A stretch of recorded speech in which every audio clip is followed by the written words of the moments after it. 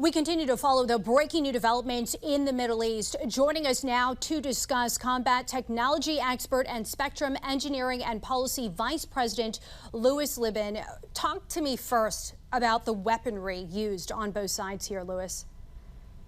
Perfect. Thank you, Didi. I really appreciate that. So on the Iranian side, what they're using is non-specific ballistic missiles, meaning they're going for the most coverage to do the most damage that you can see, as you're showing in the background over there. Israel is doing something that's completely different and has never been done before. So Israel, to begin with, they did they did the final build of drones within Iran.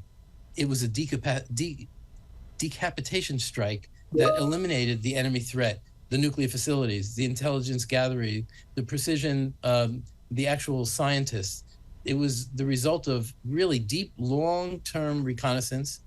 Israel didn't make use of their own fifth column except through some of the people, but they also have done completely new weapons that have never been used before, something called effects-based operations. The strike was planned to disrupt the logistics and the morale of the Iranian people rather than just simply destroying targets and killing people. Right. Some of it was intended to neutralize Iranian C-3 nodes. But the most amazing weapons that we use are AI related. We all talk about AI. AI was applied in a major role. In one portion that they did, they formed mosaic warfare, which is a disaggregated semi-autonomous system using drones, satellites, sensors. They all work in an ad hoc combination. It is a new type of warfare that they're navigating right now. Absolutely. There are now also heightened concerns that Iran could retaliate against the U.S. for helping Israel basically shield itself in the strikes. What does this mean for us, though, here at home? What could this look like?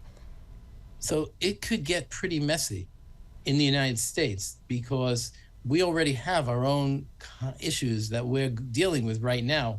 So we're worried about the full-scale regional war. We're worried about closure of strategic waterways.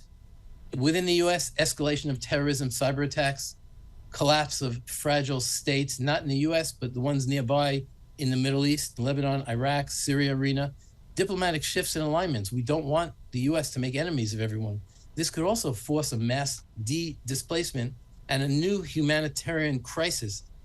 And the proxies of Iran will be weakened. We don't even know what that means, meaning who will be in charge. So there are a lot of potential impacts.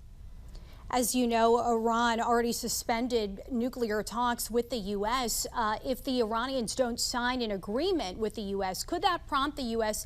to finish what Israel started? Well, the world has a big challenge right now.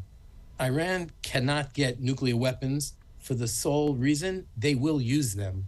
So yes, if it turns out to be a U.S. issue, it shouldn't be, but it is a global issue. And if the world doesn't attack this now, then we're just kicking it down the can down the road a little bit.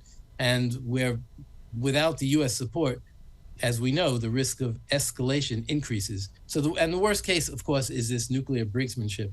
And the U.S. Army wargaming suggests that once this nuclear threshold is crossed, retaliation becomes more imaginable, even nuclear. So we're pretty scared out there. It is alarming, as well as the timing of all of this, raising concerns. Louis Libin, also part of One Media. We greatly appreciate your time tonight on the National News Desk. Anytime, my pleasure.